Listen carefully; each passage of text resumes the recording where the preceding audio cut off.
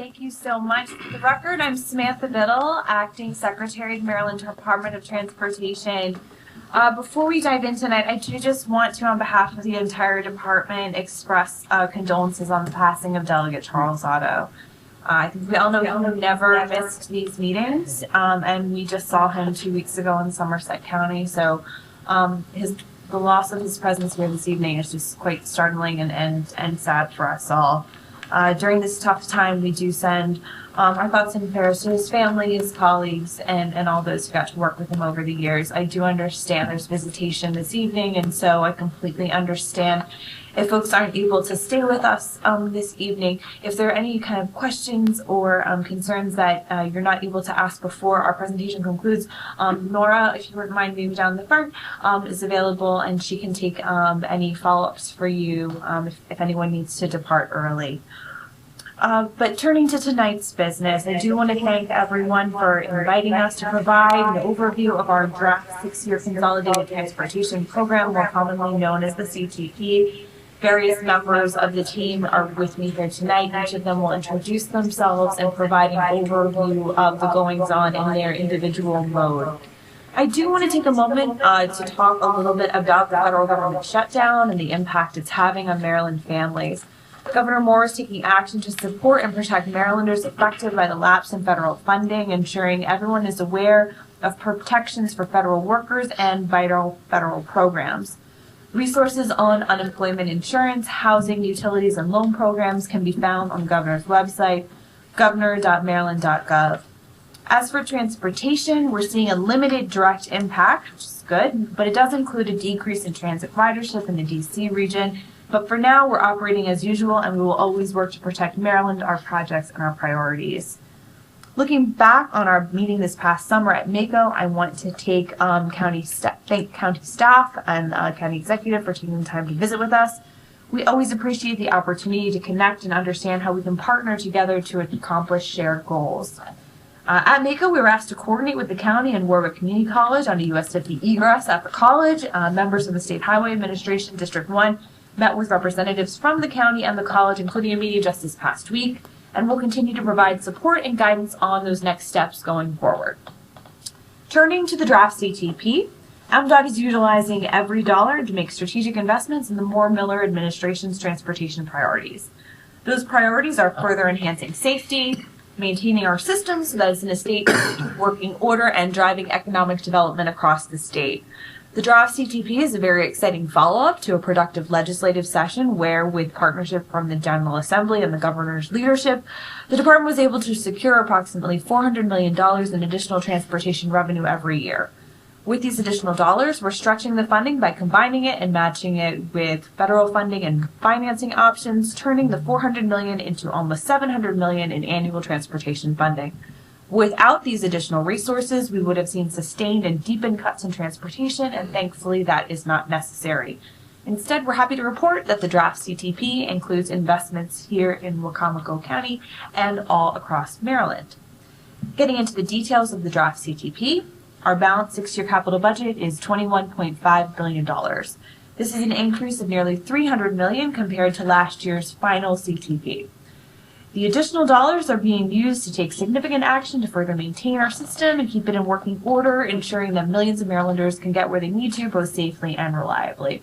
A few local highlights include continued funding for construction to replace a bridge along Salisbury Boulevard over the east branch of the Wicomico River in Salisbury. This project will also improve pedestrian and bicycle access in the Riverwalk area. I do also want to highlight that the draft CTP does keep highway user revenues at the current level through fiscal year 2027. Before closing out, I'd like to highlight how MDOT is serious about safety, and that is reflected in our draft CTP.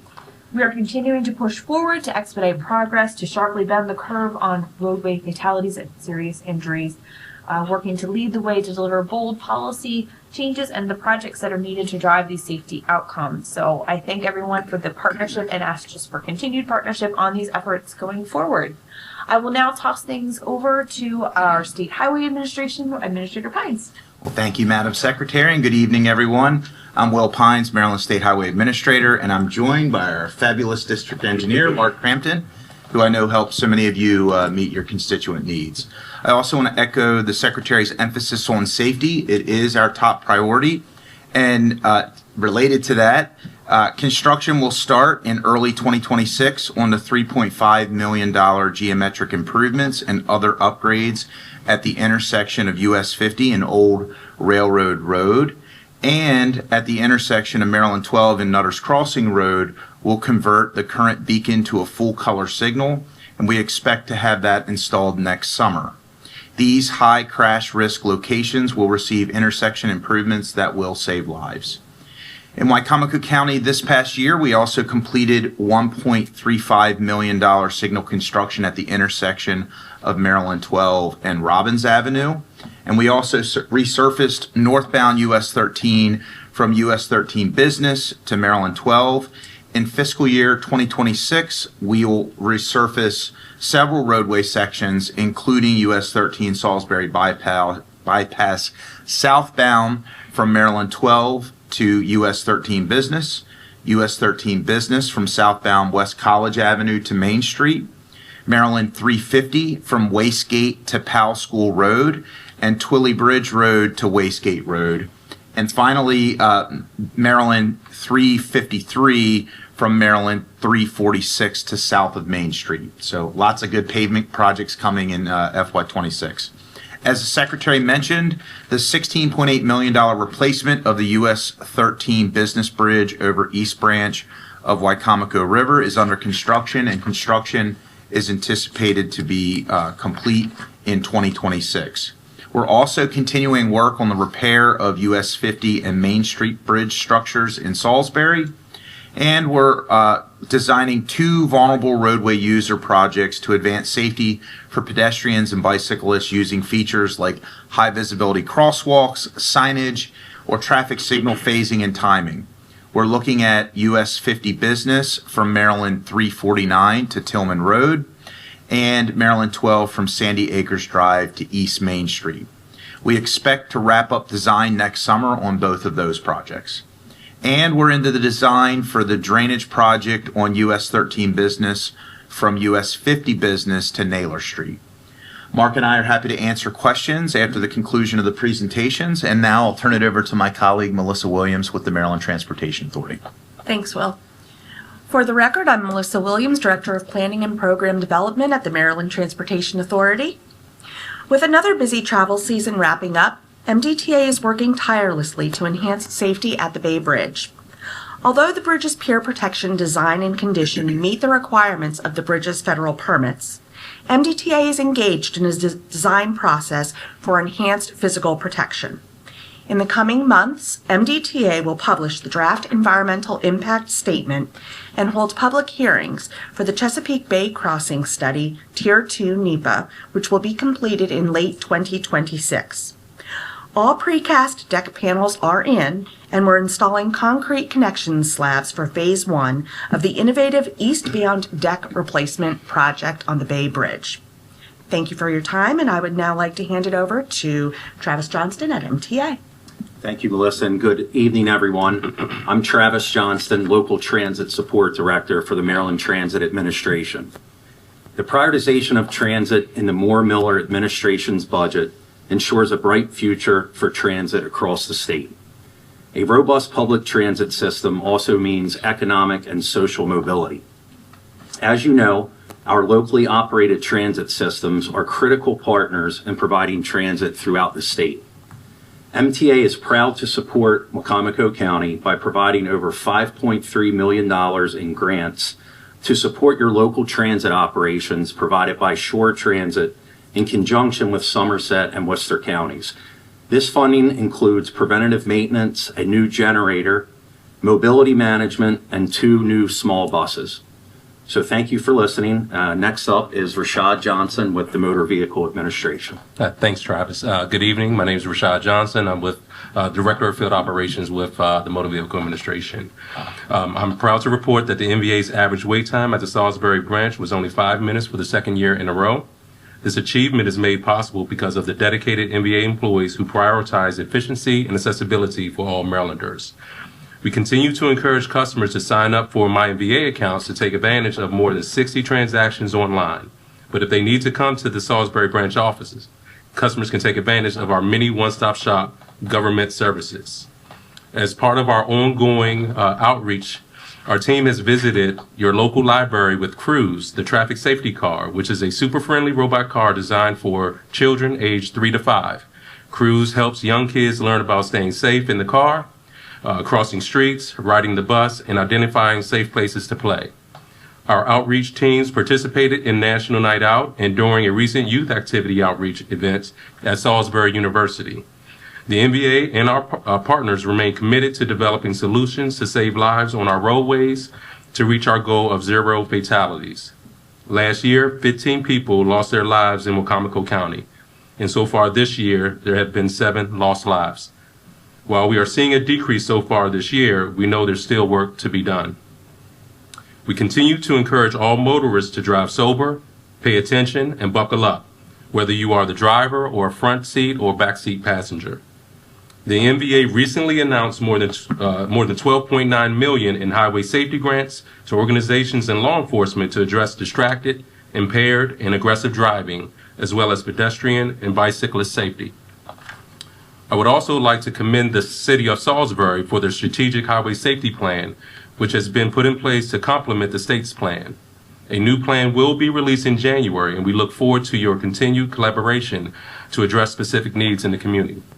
Thank you for listening. Up next is Sean with the Maryland Aviation Administration. Thank you, Rashad. Good evening, everyone. My name is Sean Hammer. I'm the Deputy Director for the Office of Regional Aviation Assistance with the Maryland Aviation Administration.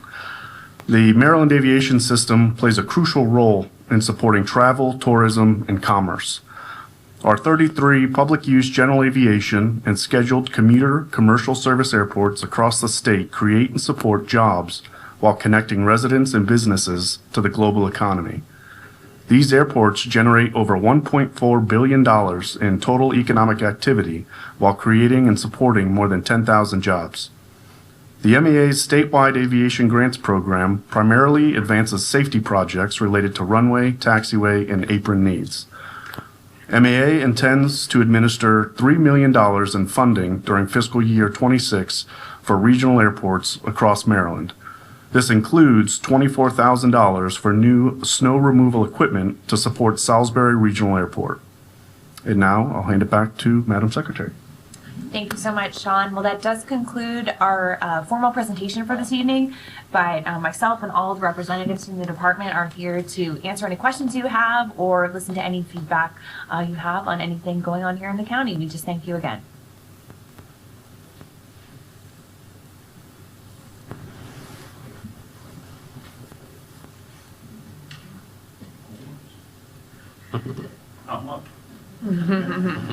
Don't be shy. I don't think only Jim is very shy. Yeah, thank you. Sure. Jim Atkins, Wicomico County resident. First of all, I'd like to thank you all for being here this evening and showing that the Wicomico County does have an interest in the state of Maryland and improving things down here. One of the concerns I have, as you see, is the scarce attendance tonight.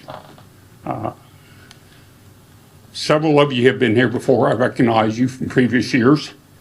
I am going to equate the poor attendance tonight to lack of notification.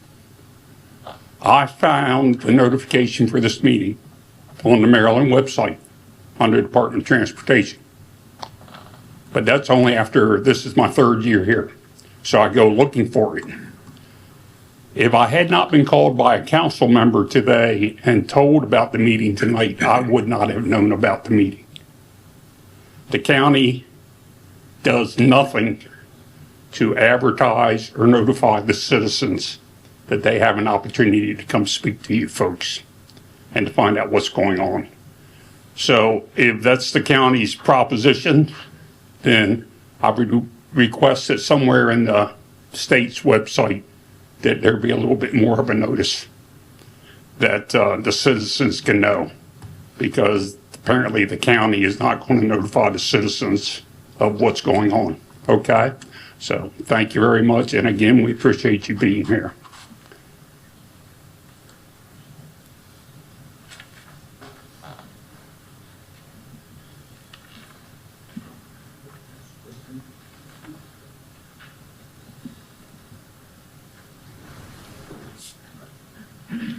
Speak.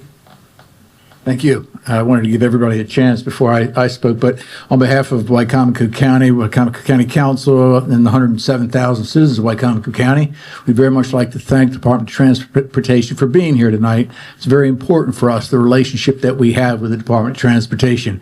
It's always been an excellent one, and we do realize that you're going to have a very challenging this year. There are other years where Maryland has had very challenging years, but we do not want you to forget Wicomico County. We know that you will not. We know you will most likely give us 9 of at least 10 of the requests that we've made. We appreciate that. But that being said, Wicomico County is very unique. We do have a waterway. We have, of course, roads and highways. And we also have an absolutely fantastic airport, as I know you're very much aware of. And we've always had so much success in those 3 areas together with your organization to help us.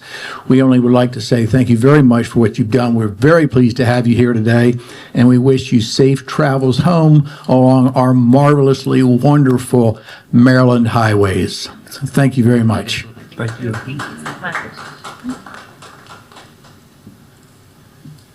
It's hard to go after our illustrious president of the Wicomico County Council. But I just want to say I'm State Delegate Cherie Sample Hughes, and again, I echo the same sentiments. I do appreciate your attentiveness and certainly adhering to the needs of Wicomico County residents. Mark Crampton, he knows that I call him up, text him, email, whatever. And he's very responsive. But that's the level of integrity that he has in working with our citizens and working with the legislature and making certain that the issues are addressed right away. I know it's going to be a tough fiscal year, and certainly we're poised to prepare for that. But at the same time, I do, again, appreciate the time that you put in to make sure that we are being heard and the needs of the citizens are being heard. One of the lists that I was just reviewing in here was one from the city of Salisbury. I think they had a plethora of things on that list. And one of those that concerned me, and I don't know where it sits in the process or it's just a big wish list, that dealt with Naylor Mill Road and Jersey Road about making it a roundabout. So I don't know where that is in this process, or this is just a great big wish list from the city of Salisbury. But nonetheless, thank you again for your time. Our airport is thriving. I'm excited about that. And we have a really good relationship, especially when we're putting out those letter of support and things of that nature. So we look forward to working with you in January and seeing what we can do with the fiscal challenges that we have ahead. Thank you so much, Delegate. Anything Sure. Happy to respond a little bit on Naylor Mill. We recognize that the county has the US 13 pedestrian accommodations request within the priority letter. We do have design funded for a project that will touch Naylor Mill there. And we are expecting that construction for that project would be in late 2027 would be the start of that. So we're moving on the pedestrian projects. I don't think it's a roundabout, to be candid, but the pedestrian safety improvements project at 13 and Naylor is addressed. So anything more to add, sir? No, pedestrian sidewalks. Right. Well, no, yes, I heard that during the presentation while we were in the other room, so I'm very clear on that one with regards to the pedestrian. But no, I was referring to the letter that's within this document right here. I can tell you which number it is. It's actually number 12 in the City of Salisbury report. That's why I was saying I didn't know if it was just a wish list or where we were in the process and getting that underway. Number 12, City of Salisbury, roundabout. We'll take a look further at that. I don't Okay. have any specific details on funding at this point. Sure. We'll take a look and see if there's. And so the one that you were just referring to is a pedestrian walking area for Naylor Mill Road At US 13. at US 13. We're adding sidewalks in for pedestrian safety. Okay, all right. Thank you so much. Thank you.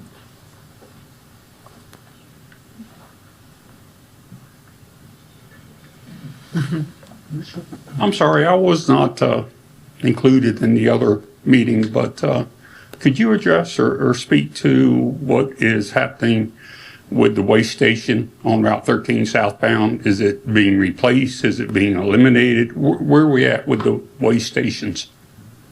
So me do it? Go ahead, Mark. Okay. Yeah. So the project is just started construction and it is going to be in place where it is. So as the document looked in there and the letter was to look for alternate spots. Unfortunately, we don't have the real estate, and the real estate that's there has issues with water table and some other environmental issues. So the decision was made to rehab the way station, equipment in the existing facility. So it's going to stay in its existing footprint. That's what I mean. I had noticed that it had been demolished southbound, but I didn't know if the plan was an elimination or a rebuild. Yeah. In that building about 40 years ago. Yeah. So essentially, they're going to replace all the hardware that's in it and bring that up to date. Sure thing. And just to be clear, the history on the project, there were some concerns about us widening out the footprint with a replacement at the site.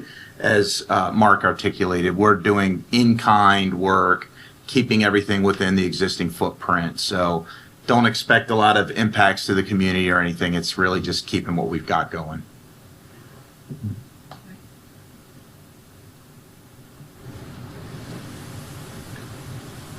That may conclude tonight's meeting, but we do very much thank folks for coming out. And any additional questions, we are here not just tonight.